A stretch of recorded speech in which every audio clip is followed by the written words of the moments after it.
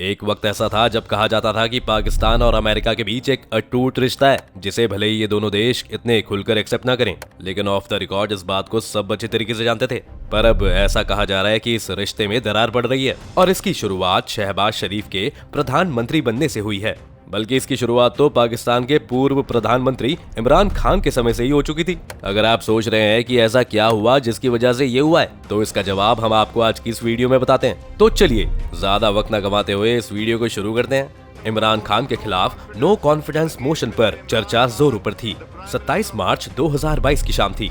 इस्लामाबाद के parade ground में Pakistan Tehreek-e-Insaf party की मीटिंग थी। इस मीटिंग में इमरान खान ने अपनी जेब से एक चिट्ठी निकाली और अपने कार्यकर्ताओं को दिखाते हुए कहा, ये पत्र विदेश से लिखा गया है जिसमें हमारी सरकार को गिराने की साजिश हो रही है, और उस साजिश में और किसी और देश का हाथ नहीं था बल्कि अमेरिका का था। और ये वो मोमेंट था जहां से इमरान खान के अमेरिका विरोधी नैरेटिव की शुरुआत हुई। यहाँ हम ये जानने की कोशिश करेंगे कि इमरान खान अमेरिका को लेकर अपना स्टैंस बदलने से आखिर कैसे पाकिस्तान के रिश्ते अमेरिका से खराब हुए, या कहीं ऐसा तो नहीं है कि इमरान खान की लगाई हुई चिंगारी करंट गवर्नमेंट की किसी हरकत की वजह से आग में बदल गई हो। अब इन दोनों में से कौन सी बात सही है, इसको जानने की कोशिश करते हैं। सबसे पहले इस पहलू को देखने की जरूरत है कि इमरान खान का अमेरिका विरोधी नैरेटिव का पर्पस क्या था और अंत में उन्हें उससे मिला क्या। इमरान खान भले ही अब पाकिस्तान के प्रधानमंत्री ना रहे हो, लेकिन आज भी उनका इन्फ्लुएंस इतना है कि वो अभी भी पाकिस्तान की गवर्नमेंट और वहाँ पर रहने वाले लोगों का नजरिया बदल सकते हैं। और अब ये और भी ज्यादा बढ़ गया है क्योंकि हाल ही में हुए इमरान खान के असैसिनेशन अटेम्प्ट ने सारी लाइमलाइट उनकी तरफ कर दी है। एनालिस्ट का मानना है कि इमरान खान को अमेरिकी विरोधी रुख से जो राजनीतिक फायदा होना था वो पहले ही हो चुका था, पर जैसे जैसे उनका टर्म खत्म होने के करीब आता जा रहा था तो उन्हें अमेरिका को और ज्यादा नाराज करने की बजाय उसके साथ बेहतर संबंध बनाने की कोशिश की। लेकिन ये बात पूरी तरह से सच नहीं है क्योंकि इमरान खान का अचानक से अमेरिका के खिलाफ जाना कभी भी प्लान नहीं लगा।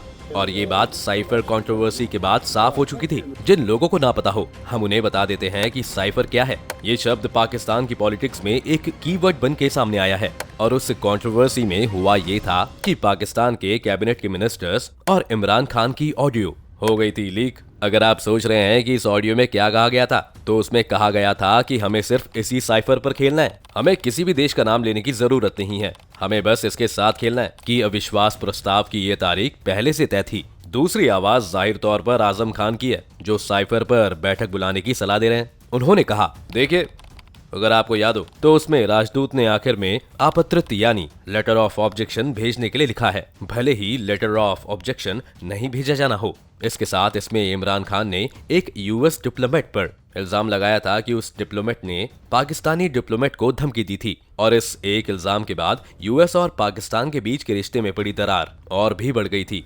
इमरान खान की सिर्फ यही बातें ही नहीं थी जिसकी वजह से अमेरिका पाकिस्तान से नाराज हुआ था, उनकी हरकतें भी कुछ इसी तरह की थी जिससे अमेरिका पाकिस्तान से खफा होता चला जा रहा था। अगर आप सोच रहे हैं कि वो क्या था, तो इसका जवाब है चीन से बढ़ती हुई पाकिस्तान की नजदीकियां।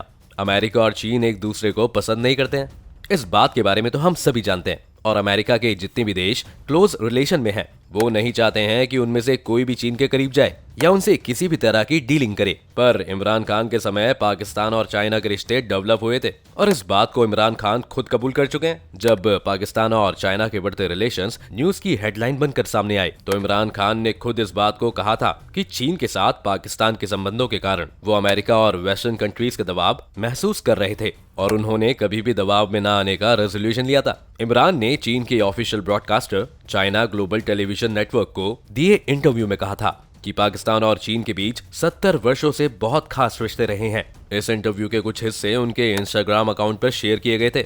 इमरान खान के इस इंटरव्यू के बाद मामला और भी खराब होता चला गया।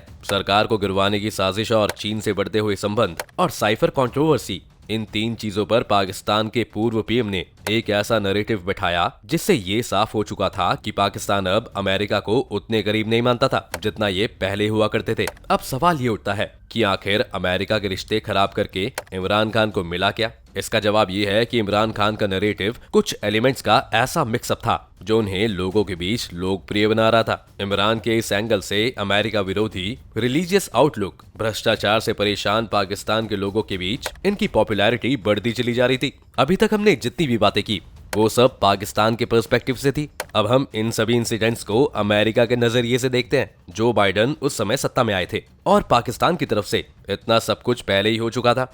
आपको याद ही होगा कि कुछ समय पहले तालिबान ने अफगानिस्तान की गवर्नमेंट को डीथ्रोन करके उस पर अपना पूरा कंट्रोल जमा लिया था। जब अमेरिका अफगानिस्तान से निकल रहा था तो उसमें पाकिस्तान के रोल को लेकर अमेरिका में काफी गुस्सा था। इमरान खान के अफगान तालिबान की तारीफ में दिए गए बयान भी बाइडेन प्रशासन को पसंद नहीं आए। तालिबान का अफगानिस्तान पर कंट्रोल करने से पाकिस्तान को एक और प्रॉब्लम का सामना करना पड़ता। अगर पाकिस्तान इस इन्वेशन के खिलाफ एक भी शब्द बोलता तो उन्हें अफगानिस्तान से भागे हुए रिफ्यूजीज को अपने देश में रहने की जगह देनी पड़ती, और ये चीज पाकिस्तान अपनी करंट इकोनॉमिक कंडीशंस में बिल्कुल भी अफोर्ड नहीं कर सकता था। इसी वजह से पाकिस्तान कभी भी इन्वेशन के खिलाफ नहीं गया। और इसी के साथ एक दूसरी वजह ये भी कि पाकिस्तान और अफगानी तालिबान के बीच लंबे समय से दोस्ती चल रही थी, पर हाल ही में हुए पाकिस्तान बॉर्डर पर हुए अटैक्स के बाद उसके बारे में कुछ भी नहीं कहा जा सकता, जिससे बचने के चक्कर में इन्होंने अमेरिका को नाराज करने का रिस्क लिया था। वो भी बैकफायर कर गया। हाल ही में जो बिडेन ने पाकिस्तान के लिए कुछ ऐसे शब्द बोले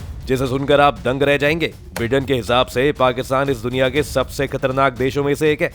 ये देश लार्जली अनस्क्रिप्टेड है और अपने डिसीजंस पर स्टैंड नहीं ले पाता है, और ये लाइन खास तौर से न्यूक्लियर वेपन्स के लिए कही गई थी। यूएस और पाकिस्तान के बीच का रिश्ता एक सीसॉ की तरह है। अगर यूएस चाहे भी तो भी पाकिस्तान को छोड़ नहीं सकती है, और उसके पीछे की वजह हम आपको बता देते हैं। सबसे पहले तो पाकिस्तान की जियोग्राफिकल लोकेशन उसे ग्लोबल डायनेमिक्स के हिसाब से काफी रेलेवेंट बना देता है। यूएस ने 2001 से पाकिस्तान को डॉलर्स मिलियन में सप्लाई किए हैं। अमेरिका भी उस सिचुएशन में है जहां पर वो उन एरियाज को बिल्कुल भी नहीं छेड़ सकता है जहां ईरान और चीन के बॉर्डर लगे हों या फिर वो रूस के करीब हो।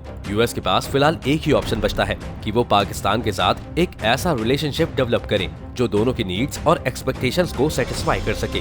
अब इन दोनों के टूटते जुड़ते रिश्ते के आखिरी पुल को देखें तो उसमें भारत जुड़ा हुआ है। आप इस एस्पेक्ट को एक लव ट्रायंगल की तरह देख सकते हैं। यूएस इंडियन मिलिट्री को सपोर्ट कर रही है और पाकिस्तान को ये बात बिल्कुल भी पसंद नहीं आती है, क्योंकि पाकिस्तान की सिक्योरिटी के लिए ये एक मेजर थ्रेट बनकर सामने आ सकता है। टेक्नोलॉजी जैसे जैसे अमेरिका से इंडिया ट्रांसफर हो रही है, वैसे वैसे इंडिया की मास डिस्ट्रक्शन वेपन बनने की एबिलिटी बढ़ती चली जा रही है। अगर कल के दिन इन दोनों के बीच वॉर जैसा माहौल खड़ा होता है तो इंडिया को उसमें काफी बड़ा एडवांटेज मिल सकता है। अब साफ सी बात है, अगर यूएस आने वाले समय में अपने पाकिस्तान के साथ बने रिलेशन को इम्प्रूव करने के लिए आने वाले समय में स्टेप्स लेगा तो पाकिस्तान को भी वैसा ही कुछ उठाना पड़ेगा। और शायद ये कहना गलत नहीं होगा कि पाकिस्तान की ओर से वो पहला कदम उठ चुका है। जनरल कमर जावेद बाजवा हाल ही में यूनाइटेड स्टेट्स के एक हफ्ते की ट्रिप पर गए थे। उनके जाने का मकसद यूएस और पाकिस्तान के टूटते हुए रिश्ते को बचाना था। इस एक स्ट्रेटेजिक मूव की वजह से इन दोनों ही देशों के लिए नई अपॉर्चुनिटीज और एरियाज खुल जाते हैं।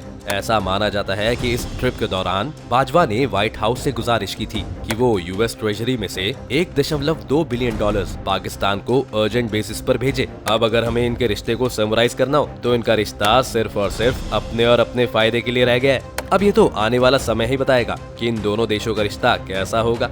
आपका इन दोनों देशों के रिश्ते के बारे में क्या ख्याल है? आपको क्या लगता है कि इनके बीच कभी कुछ ठीक होगा? आप सभी अपने व्यूज हमें कमेंट सेक्शन में जरूर बताएं। अगर आपको ये वीडियो पसंद आई हो तो वीडियो को लाइक और शेयर का बटन दबाएं। बाकी जितने भी लोग हमारे चैनल पर नए हैं वो सब्सक्राइब और बेल आइकन का बटन दबाएं ताकि हमारी आने वाली सभी वीडियोस की नोटिफिकेशन आपको सबसे पहले मिले।